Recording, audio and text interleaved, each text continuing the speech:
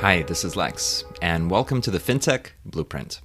It's your podcast about fintech, decentralized finance, digital banking, investing, robo-advice, artificial intelligence, and all the other frontier technology that is transforming financial services.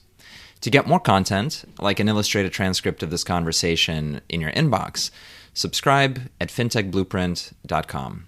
So without further delay, let's jump into today's episode.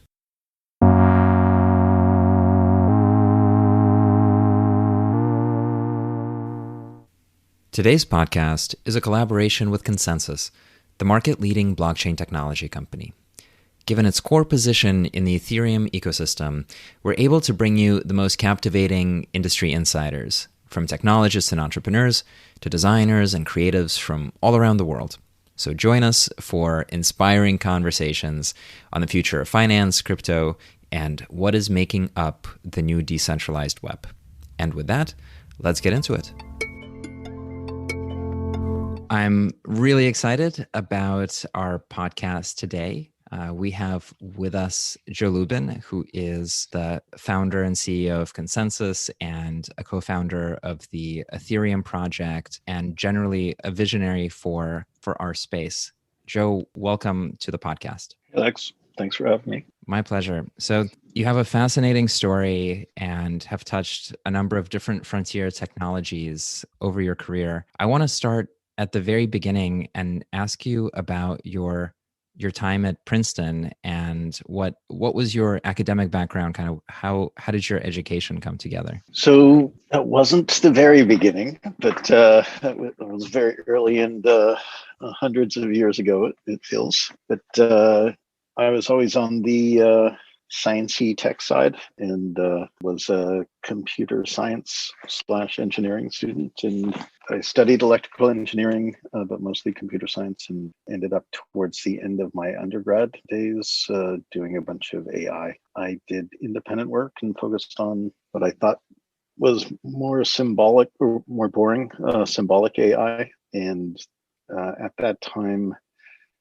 something called connectionism, also known as neural nets, now known as deep learning, began to get very popular again.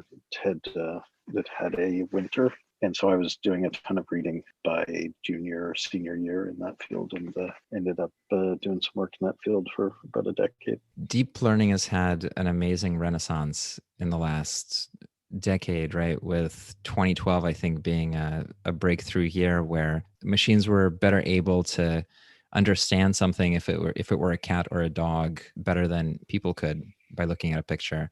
What was the state of the art for this field when you were studying it? Like, what was possible? So the field took on the name deep learning because it was extremely shallow learning. When I was doing it, the architectures of the systems were less sophisticated. The algorithms for learning were a little bit less sophisticated, but those aspects weren't extremely different. We couldn't have deep learning in the sense of many layers of neural nets because we didn't have enough computational power. And so with much less computational power and very little data compared to what's available today, there were only so many things that you could do. And so ultimately, we didn't intend to build toy systems, but ultimately they were like toy systems where there was just too little sophistication possible at that time. Directionally, we were doing similar things to what goes on in deep learning. Was it obvious that the infrastructure wasn't there yet to do the type of computation that was necessary, or were people going in all sorts of directions, trying things and not knowing that a key hardware component was missing?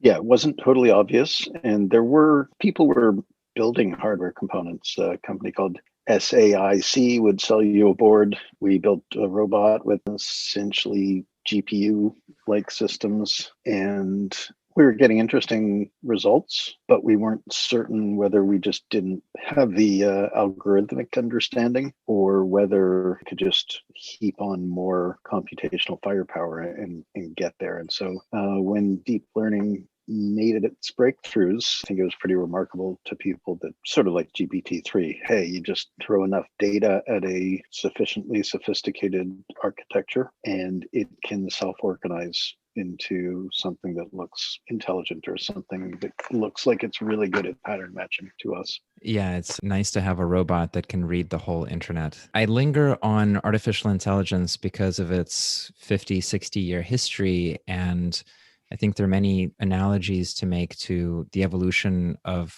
the blockchain space and making sure the infrastructure is in place. But before hopping into that, I know your career took you into traditional finance. Can you talk a little bit about what drove you there, and then any observations about that experience and about the industry? Nothing really drove me there. It was a bit of an accident. I was about to take a job at a consulting firm, software consulting firm, and a headhunter just reached out and asked me if I wanted to go interview at Goldman Sachs. And I was at a moment in my life where I was interested in exploring things that I swore I would never do.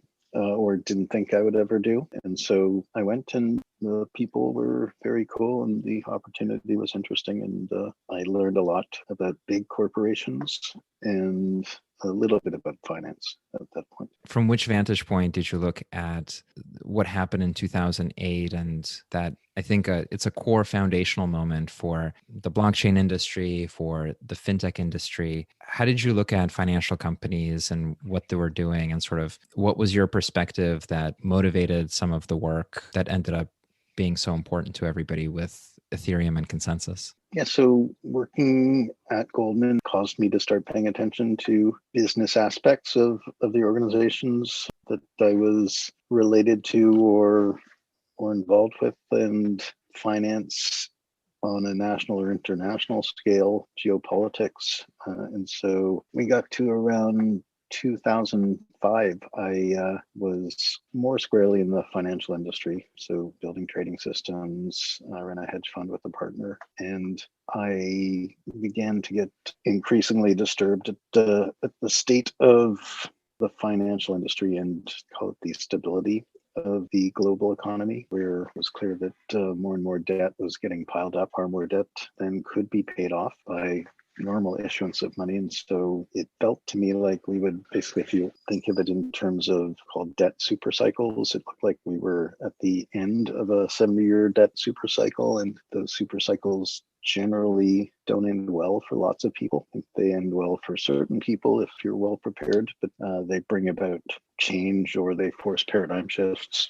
And what I thought was happening was that we were getting close to the end of the viability of the monetary regimes that we were living under. Japan was already in quantitative easing. That would soon happen in the United States, and it felt like malinvestment from too much money creation would cause sort of doldrums. And I was not enthusiastic about how things would evolve for, say, normal people. And bottom line, it was the architecture, I think, of that system that enables things like super cycles, where it's not a user-centric system, and structural difficulties in how money was created and how money was spent, I believe, leads us into certain difficulties occasionally. And it should be said that the financial system, as it stood and as it stands, has done remarkable things. So it's I'm not saying it's bad. I'm saying that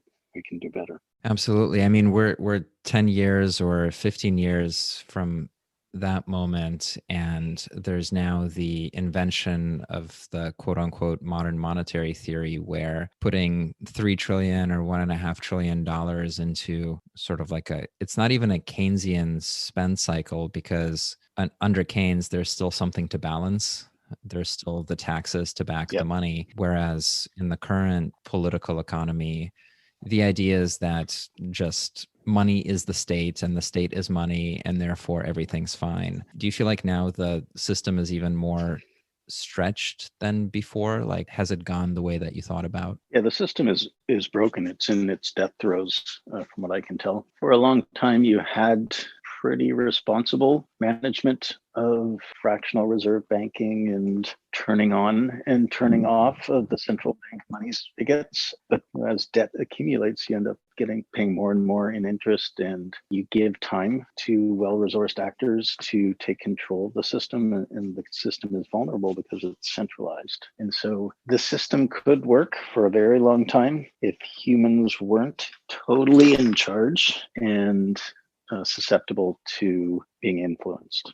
So when you have politicians in the loop, in the central banking loop, then you tend to see money creation to pay off essentially political donors, and you get much less money destruction. So when the economy is good, you should be saving for a rainy day rather than continuing to spend or continuing to create new money. So there should be growth in the economy, but there should be a symmetry between turning the spigots on and turning them off, or removing money from the system. And we haven't seen that. As a result, central banks have lost their traditional means of managing the money supply and managing growth in the economy. And so they then, instead of just wielding or being able to manipulate the money supply through setting interest rates, they've had to move to quantitative easing and buying all sorts of different securities. So it's a highly centrally managed and improperly manipulated economy at this point, just to put band-aids on issues and keep things going until the next regime reveals itself. Some easy topics. And thank you to the central bankers. They're doing a wonderful job, really, in managing the death throes of the super cycle. The super cycle is in hospice care right now, and I hope they're able to keep kicking the can down the road for a while we in our ecosystem try to smooth out some of the sharp edges of what we're building. Kind of two threads I want to pick up on from there. The first is the collapse of trust in the system, and especially like institutional trust, even more so for generations that are digitally native. And I think I kind of want to pin that idea. And then the second one is we are going from a world of humans to a world of robots, and largely we're there already. And it's interesting to think about whether you should have humans in charge of robots the way that you do with the Google or Facebook and the outcomes that we see, or whether you want to have robots not in charge of humans, but robots as a public good on which humans can be creative. And so with these two threads of sort of like the role of technology as it relates to the individual, and then the collapse of institutional trust and the looking around for another source of that trust, take us to first the founding of Ethereum, your involvement in that, and some of the early days for the protocol launch as well. Okay, there's a lot to unpack there. I don't see it as starkly as a world of humans versus a world of robots. I think we live in a world of humans. We will continue to live in a world of humans.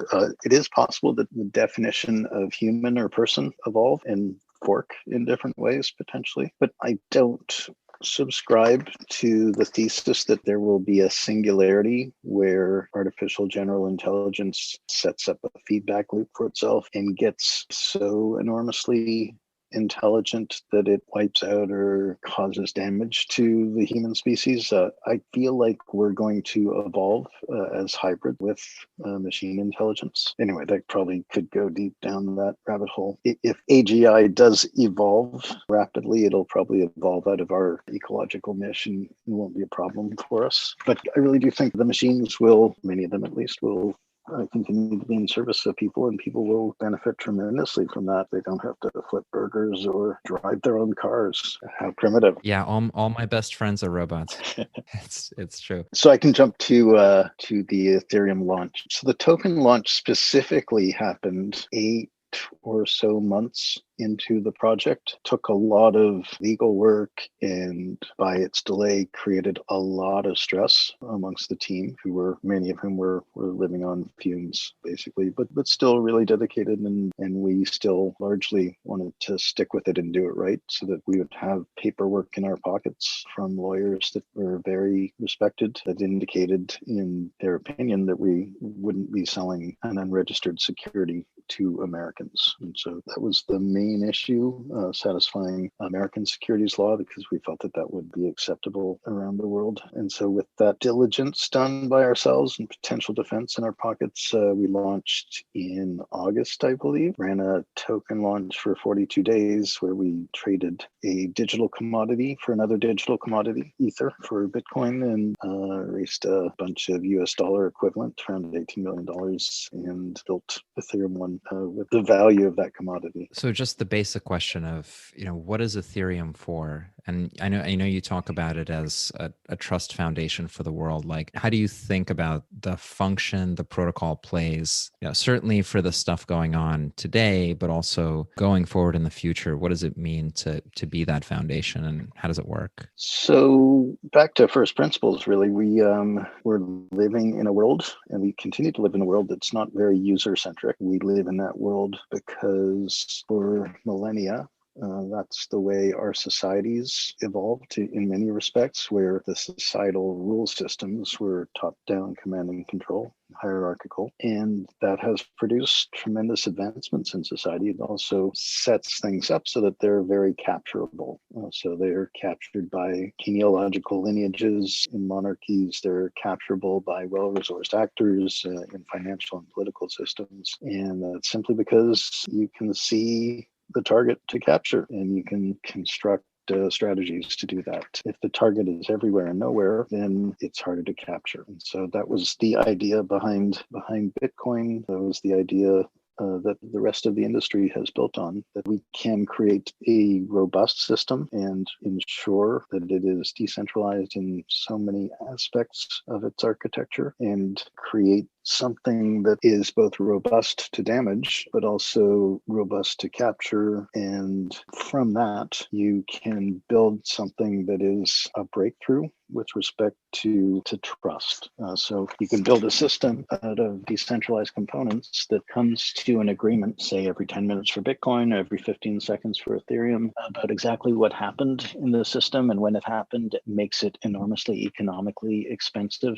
to rewrite that history. So that's the new trust foundation that you hinted at, and that we're all working towards building. It's already in place in Bitcoin and in Ethereum, but it needs to grow much bigger, much more decentralized, much more usable, much more scalable. And Ethereum is the most expressive, most programmable example of that new trust foundation. And if you have a new trust foundation, you can build something that's essential to building applications in societies, which is financial infrastructure. That's getting done right now. Development of DeFi, and that's spectacularly exciting. Lex, I strongly suggest that you look into it. I think you really resonate with that space. And on top of that, it basically enables us to re-architect everything. I think I should definitely do some DeFi research. That's a good idea. So it really is this massive step function. And I know in the past you've also talked about how it essentially removes transaction costs. It takes out contracting, property rights, transaction costs in the real world. And of course, it has its own transaction costs, but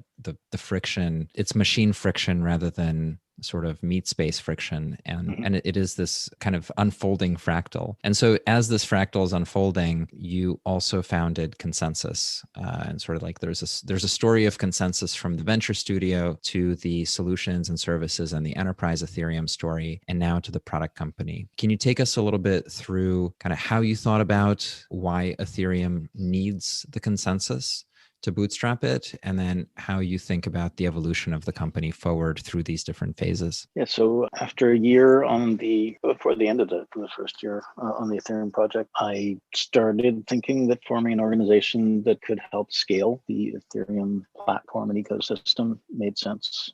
We kind of avoided the United States, and I had lived in the United States for a big chunk of my adult life, and I was less scared of the United States than others on the project were. The United States did have a tendency to not look kindly upon people who built their own money systems. And so there's a good reason why we located the project in Switzerland. But I felt that, hey, we're just building software, shouldn't be a problem. And I wanted to be one of the vectors for activating people in the United States. The internet was largely constructed in the United States, Web 1 and Web 2, as we know it. And there's obviously a ton of talent and a big economy that I believe we could benefit from and could benefit from decentralized protocol technology. So basically set out to gather philosophically aligned, talented technologists and entrepreneurs, and ended up attracting a bunch of social warriors as well. And there was no interest in trying to top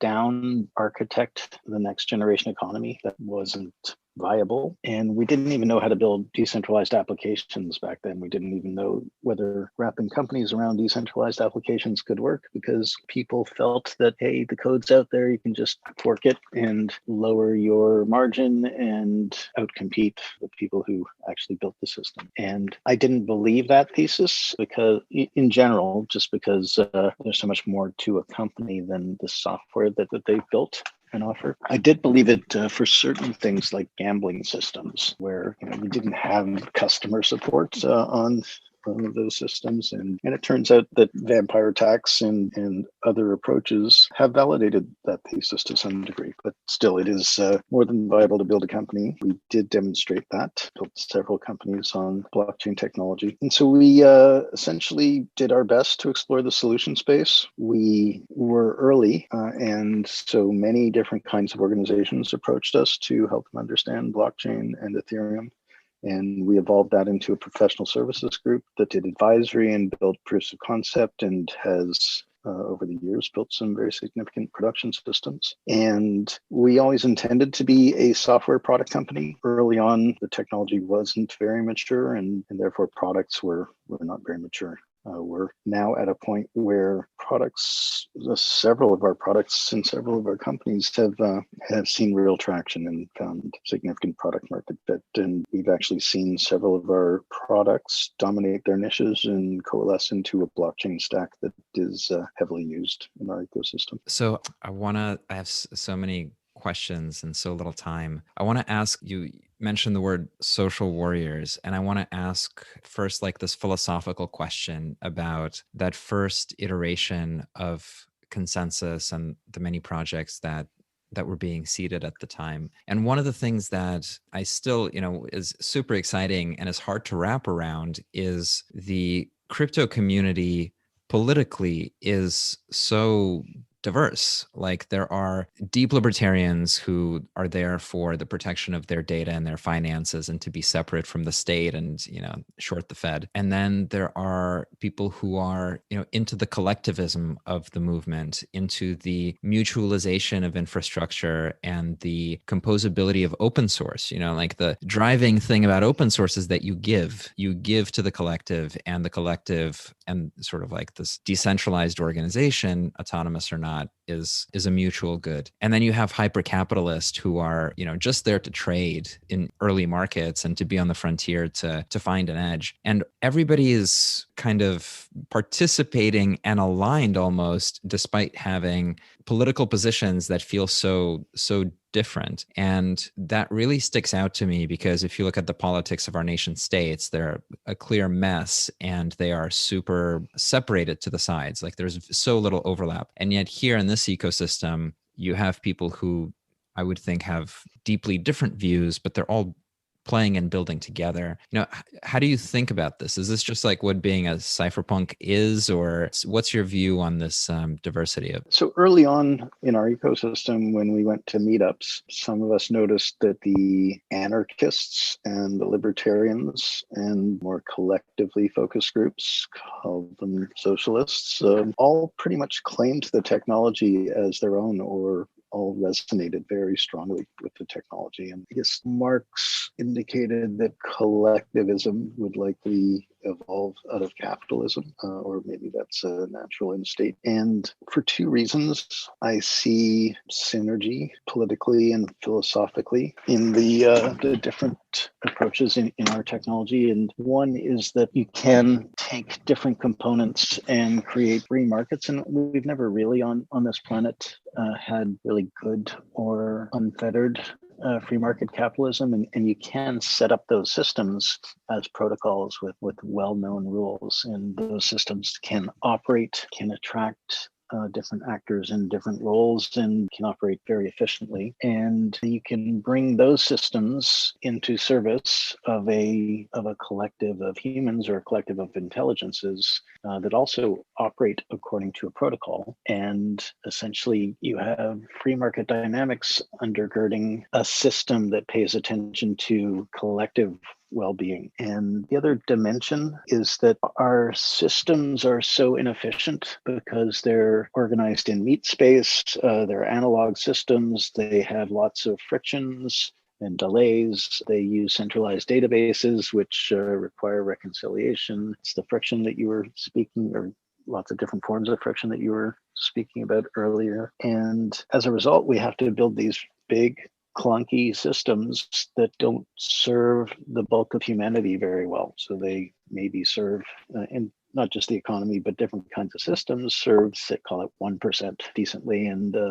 don't represent the 99% all that well. What we can do with natively digital technology based on decentralized protocols is build much more granularity into our systems so that systems are easier to define and erect and operate, and we don't really need these big structures like multinational corporations and governments to take care of our needs, when we can simply organize on the internet a new structure with its own governance and its own ability to issue money and raise money and set its goals and execute its goals. Lots of organizations are being formed today, especially in our ecosystem, by people who have never met one another in meat space, and when they do get together, it's exciting because they've worked together for a year or longer with only a two-dimensional and audio understanding of each other. So there will be a field that emerges talking about the sort of merging of different political and economic philosophies, I think they were all right. And we will demonstrate how they can all be right and how they can all be complementary in a more comprehensive system. It's really inspirational stuff, and it's cool to be on that journey. One of the things that you alluded to is the place of the international corporation, and I think adjacent to that is the banking system.